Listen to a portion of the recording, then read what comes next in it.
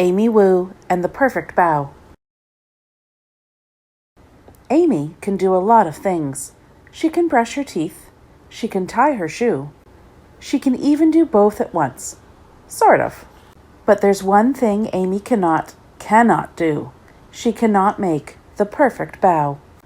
Sometimes they come out too small. Sometimes they come out too big. Sometimes she adds too much filling. Sometimes not enough. And sometimes they fall apart before they reach her mouth. Amy's mom and dad make perfect bao. So does her grandma. Their bao are soft and fluffy and so delicious. Amy could eat them all day.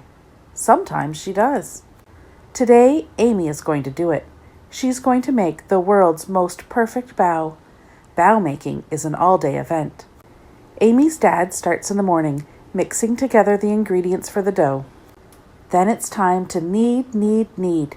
He pushes the dough. He punches the dough. Amy gives it a try too. They leave the dough to rise.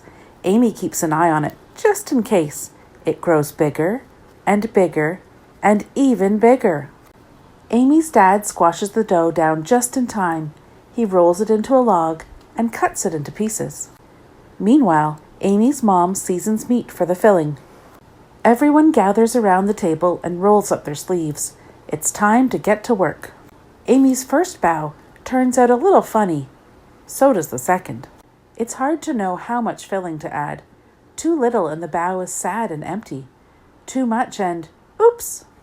It's also hard to pinch the bao shut just right. Amy watches her mom make a perfect bao. She watches her dad make a perfect bao. And her grandma too. They all try to teach her. Roll the dough like this, says Amy's dad. Use just enough filling, says Amy's mom.